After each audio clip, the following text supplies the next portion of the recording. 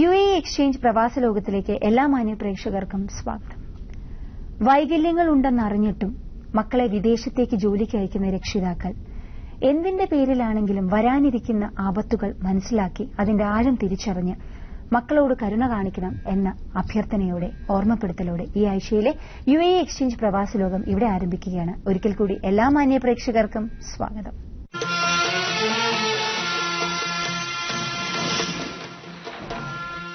ഇരുവൃക്കകളും തകരാറിലായി dialysis ചെയ്യുന്ന കോഴിക്കോട് സ്വദേശി ജിതിന്റെ ചികിത്സാർത്ഥം fund രൂപീകരിക്കാൻ മാസ ഖത്തർ യോഗം തീരുമാനിച്ചു.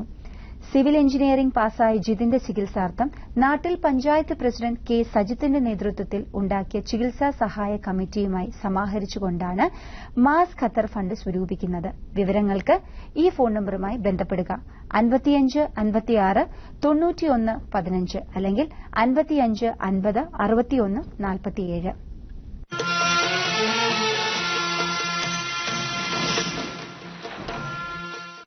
ഇന്ത്യയിലേക്ക് പോകാനായി 146 പേർ ഖത്തർ ഡിപ്പോർട്ടേഷൻ സെന്ററിലുണ്ടെന്ന് ഇന്ത്യൻ അംബാസഡർ സഞ്ജീവ് അറോറ പറഞ്ഞു.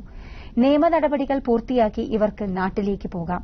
ഈ വർഷം ഇതുവരെ 2500-ൽ പരം പരാതികളാണ് എംബസിയിൽ ലഭിച്ചത്. അധികവും തൊഴിൽ തർക്കവുമായി ബന്ധപ്പെട്ടതും മറ്റു പല നിസാര പ്രശ്നങ്ങൾ ഉള്ളവയുമായിരുന്നു. എല്ലാ പരാതികളും എംബസി പരിശോധിക്കുകയും ആവശ്യമായ നടപടികൾ സ്വീകരിക്കുകയും ചെയ്തതായി അംബാസഡർ പറഞ്ഞു.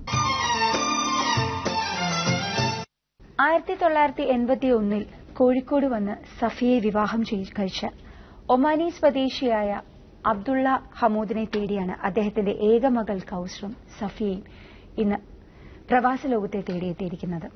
1986-ലാണ് ഇദ്ദേഹം അവസാനമായി കേരളത്തിലെത്തുന്നത്.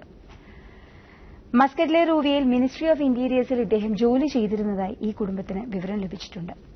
എന്നാൽ ഇന്ന് അച്ഛനെക്കുറിച്ച് യാതൊരു ഡീറ്റെയിൽസും തന്നെ മകളായ കൌസറിന് ലഭിക്കുന്നില്ല. കൌസറിനും സഫിയയ്ക്കും അദ്ദേഹത്തിനെക്കുറിച്ച് കൂടുതൽ എന്താണ് പ്രവാസ ലോകത്തിനോട് പറയാനുള്ളതെന്ന് നമുക്ക് ചോദിച്ചറിയാം. ഈ അബ്ദുള്ള ഹമൂദിനെ കൊണ്ടുവന്നതാരാ നിങ്ങളടുത്തേക്ക്? ഇവിടെ മാത്തോടുള്ള ഒരാളെ കൊണ്ടുവന്നു ജോലി ചെയ്യുന്നു. സാധാരണ അങ്ങനെ കോഴിക്കോട് ഒരു സ്വഭാവം ഉണ്ടല്ലോ അല്ലെ, ഇങ്ങനെ അറബികൾ വന്ന് കല്യാണം കഴിച്ചു പോകുന്നത് വളരെ പുരാതനമായിട്ടുള്ള ഒരു സംഭവമാണ്. നമ്മളെ മലയാളികളെ കല്യാണം അങ്ങനെ തന്നെ ഉണ്ടായതാണ്. അങ്ങനെ ഉണ്ടായതല്ല, ഇങ്ങനെ കോഴിക്കോടുന്ന് പിന്നെ കല്യാണം കഴിക്കാമെന്ന് പറഞ്ഞ് ഇയാളെ കൂടെ വന്നതാണ്. അപ്പൊ നിങ്ങളെങ്ങനെ ഇതിൽ പെട്ടുപോയി? ഞാൻ ഇതില് പെട്ടുപോയിട്ട് പറഞ്ഞ് ഇങ്ങനെ ഇഷ്ടപ്പെട്ട പെൺകുട്ടികളെ വിവാഹം കഴിക്കുള്ളൂ, അപ്പോ ഇങ്ങനെ കാണിച്ചു കൊടുത്തതാണ്. ഇങ്ങനെ എനിക്കിഷ്ടല്ലേനു. നിങ്ങൾക്ക് ഇഷ്ടമുണ്ടായിരുന്നില്ല അന്ന്. പിന്നെ അങ്ങനെ ഇഷ്ടത്തിനൊന്നും എടുക്കൂല, വിലയില്ല. അവരിഷ്ടമാണ്, വീട്ടുകാരിഷ്ടമാണ്. വീട്ടുകാരെന്തുകൊണ്ട് അങ്ങനെ ഒരു വിവാഹത്തിന്? വീട്ടുകാർക്ക് പിന്നെ കഴിവില്ലായിരുന്നു. സാമ്പത്തിക ബുദ്ധിമുട്ട്. 5 പെൺകുട്ടികളായിരുന്നു. 5 പെൺകുട്ടികളെ അപ്പം പറഞ്ഞു ഒന്ന് കഴിച്ചതായാലും അത്ര ആയില്ലേ, അങ്ങനെ ആലോചിച്ച്. ഇപ്പൊ മറ്റുള്ള പെൺകുട്ടികളൊക്കെ കോഴിക്കോടുള്ളവർ തന്നെ. അവരൊക്കെ നന്നായി നല്ല ഭർത്താവ്. അവരൊക്കെ നല്ലതല്ലേ? നിങ്ങളുടെ സ്ഥിതി എന്താ? എന്റെ സ്ഥിതി ഇങ്ങനെ തന്നെ, കഷ്ടപ്പാടിലാണ്. ഞാൻ ജോലിയൊക്കെ ചെയ്തിട്ടാ ജീവിക്കുന്നത്. ഈ ഒരു മകള് മാത്രം? ഈ മകളെ കല്യാണം കഴിച്ചതും പിന്നെ കഷ്ടപ്പെട്ട് എല്ലാരും തന്നിട്ടൊക്കെയാണ് കല്യാണം കഴിച്ചത്. ഭർത്താവ് എവിടെ മോളെ? അബുദാബിയിലാണ്. മോൾക്ക് എത്ര വരെ പഠിച്ചു? ഞാൻ ഡിഗ്രി വരെ പഠിച്ചു. ഈ അബ്ദുള്ള ഹമൂദ് എങ്ങനെയാണ് നിങ്ങളോട് പെരുമാറിയത്? നല്ലതായിരുന്നു. പിന്നെ പൈസ ഒക്കെ അയച്ചു തരൂ, മോളെ പിന്നെ പഠിപ്പിക്കാൻ ഇംഗ്ലീഷ് മീഡിയം പഠിപ്പിക്കാൻ. എത്ര കാലമായി ഇപ്പൊ അദ്ദേഹവുമായിട്ട് യാതൊരു ബന്ധവും? പിന്നെ 12 കൊല്ലായി. ഒടുവിൽ വന്നത് ഏത് കാലത്താ? വന്നിട്ട് ഇപ്പൊ കുറച്ച് 4 വയസ്സുള്ളപ്പോ വന്നതാണ്. പിന്നെ കണ്ടിട്ടില്ല.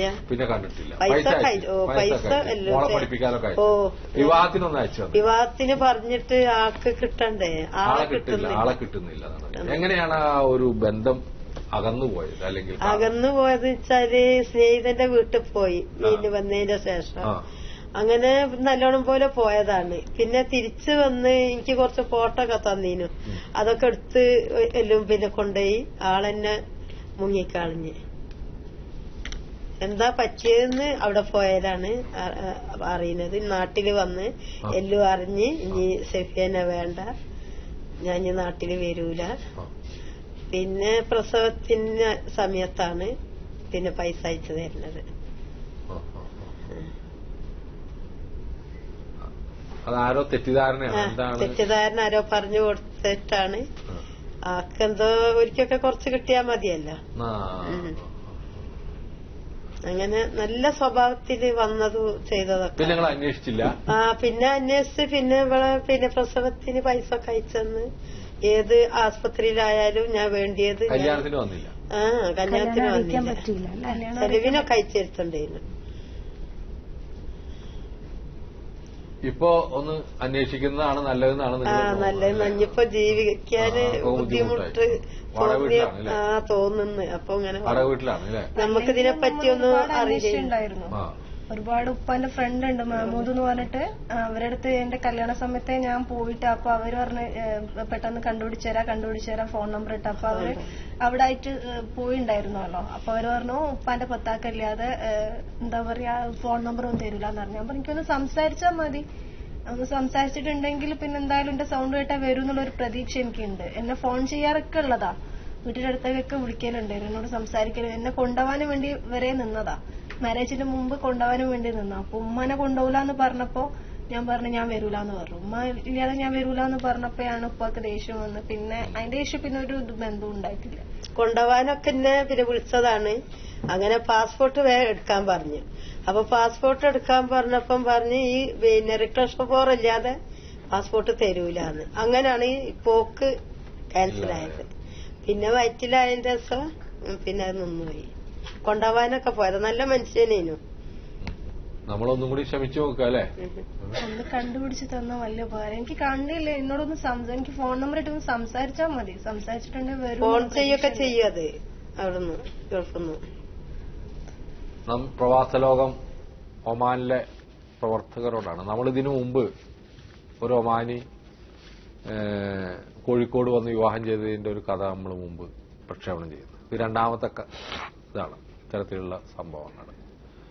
അബ്ദുള്ള ഹമൂദ് എന്നാണ് അദ്ദേഹത്തിന്റെ പേര്. അദ്ദേഹം മിനിസ്ട്രി ഓഫ് ഇന്റീരിയർ റൂവിയിൽ ജോലി ചെയ്യുന്നുണ്ടെന്നാണ് പറയുന്നത്. 12 വർഷമായിട്ട് ഒരു അടുപ്പോ ഒരു ഫോൺ വിളിയോ ഇല്ല. അതിനു മുമ്പ് വളരെ നല്ല രീതിയിൽ പെരുമാറുകയും ഇവരോട് സൗഹൃദം കാണിക്കുകയും നല്ല ഭർത്താവ് എന്ന സർട്ടിഫിക്കറ്റ് അവർ നൽകുന്നുണ്ട്. അവർ തന്നെ പറയുന്നു, ആദ്യം അവർക്ക് ഇഷ്ടമില്ലാതെയാണ് സഫിയ വിവാഹത്തിന് തയ്യാറായത്. പിന്നീട് വിവാഹം കഴിച്ചപ്പോൾ ഒരു ഭർത്താവ് എങ്ങനെയൊക്കെ സംസ്കാര സമ്പന്നനാണോ, എങ്ങനെയൊക്കെ സ്നേഹം കൊടുക്കണോ അതെല്ലാം കൊടുത്തിട്ടുണ്ട്. എല്ലാ ഉത്തരവാദിത്തങ്ങളും അദ്ദേഹം നിർവഹിച്ചിട്ടുണ്ട്. മകളെ പഠിപ്പിക്കാനുള്ള സർവ്വ ഉത്തരവാദിത്വവും ചെയ്തിട്ടുണ്ട്. വിവാഹം അറിയിക്കാൻ കഴിഞ്ഞില്ല, മകളുടെ പ്രസവത്തിന് കാശ് അയച്ചു കൊടുത്തിട്ടുണ്ട്. അപ്പൊ ഇതൊക്കെ ചെയ്തിട്ടുണ്ട്. കഴിഞ്ഞ 12 വർഷമായിട്ട് കാര്യമായോ അല്ലെ? 12 വർഷമായിട്ട് ഒരു വീടുമില്ല. അപ്പൊ അതുകൊണ്ട് അബ്ദുള്ള ഹമൂദിനെ കണ്ടെത്താനുള്ള ചുമതല നമ്മളിലുണ്ട്. വലിയ ബുദ്ധിമുട്ടുണ്ടാവില്ല എന്നാ പോകുന്നത്. ജാബറിനെ പോലുള്ള വളരെ പരിചിതമായ ഒമാനിലെ ഒട്ടേറെ അറബികളെയും അതുപോലെ തന്നെ എല്ലാ വിഭാഗങ്ങളുമായിട്ട് ബന്ധമുള്ള ആളുകൾ ധാരാളം നമ്മളെ പ്രവർത്തകരായിട്ടുണ്ട്. അപ്പൊ അബ്ദുള്ള ഹമൂദിനെ കണ്ടെത്തുക എന്നുള്ളത് ഒരു വലിയ പ്രശ്നമായിട്ട് എനിക്ക് തോന്നുന്നില്ല. അബ്ദുള്ള ഹമൂദിനോട് നമുക്ക് പറയാനുള്ളത്, നിങ്ങളുടെ ഭാര്യയും മകളും പേരക്കുട്ടികളും അടങ്ങുന്ന ഒരു കുടുംബമാണ് എന്റെ മുന്നിൽ വന്നിരിക്കുന്നത്. അബ്ദുള്ള ഹമൂദിനെ സംബന്ധിച്ചിടത്തോളം ഒരു സൌഭാഗ്യമാണ് ഇത് കാണുക എന്നുള്ളത്. തീർച്ചയായിട്ടും അദ്ദേഹം കാണുകയും അദ്ദേഹത്തിന്റെ മനസ്സ് മാറുകയും ഇവരെ കാണണമെന്ന ആഗ്രഹമുണ്ടാകുകയും ചെയ്യും എന്നാണ് എനിക്ക് തോന്നുന്നത്. അബ്ദുള്ള ഹമൂദ് തീർച്ചയായിട്ടും ഈ കുട്ടികളെ വന്ന് കാണണം എന്നാണ് എനിക്ക് തോന്നുന്നത്. I hope Abdullah will see this family immediately.